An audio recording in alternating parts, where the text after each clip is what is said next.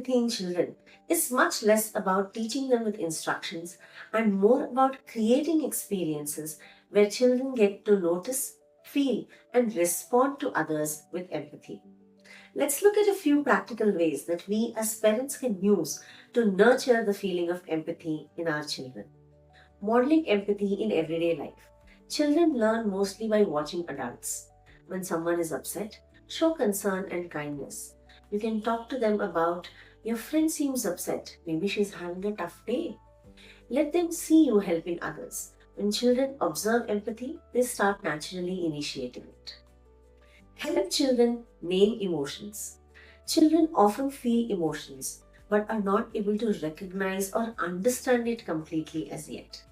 You can say things like, your friend seems to be disappointed. Do you think she wanted to play a little more?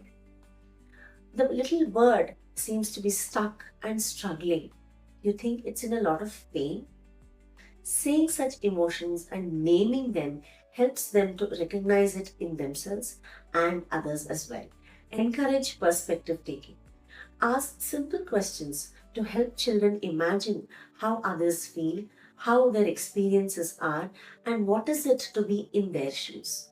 For example, while reading storybooks, you can help children take the perspectives of the characters involved in the story and ask questions like, how do you think they felt when this happened to them? Or, what could we do to help them feel better? This helps build the ability to step into someone else's experience and understand them better.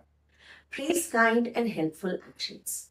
Whenever you see your children being empathetic, helpful, thoughtful, or being kind, notice it and acknowledge it.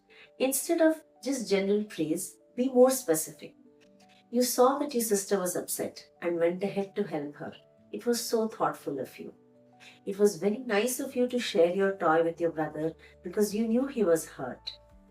This emphasizes and encourages empathetic behavior. Read stories that explore feelings. Stories and storybooks are a great tool to teaching empathy. While reading stories, you can pause and ask, why do you think this character is sad? What would you do had you been in their place? Stories are a safe space for children to explore feelings through characters. Encourage helping behaviors. Give children small opportunities to be able to help others. For example, bringing water for someone who might be coughing, helping a sibling and comforting them when they are feeling scared. These small actions give them the ability to learn compassion with action. Teach problem solving in conflicts. When children are arguing with each other or have hurt each other, help them to identify the feelings involved, ask them what they can do to make things better between themselves, and also ask them to find a solution for the problem at hand. This helps them to understand that empathy is also about repairing relationships. Limit the ignore it approach. Instead of saying, it's nothing much, don't worry about it. Let's try saying, I understand you're hurt. I understand you're disappointed. What do you think you need right now? What do you think I can do to help you right now? Children learn empathy better when their own emotions are acknowledged and understood. Encouraging gratitude and appreciation.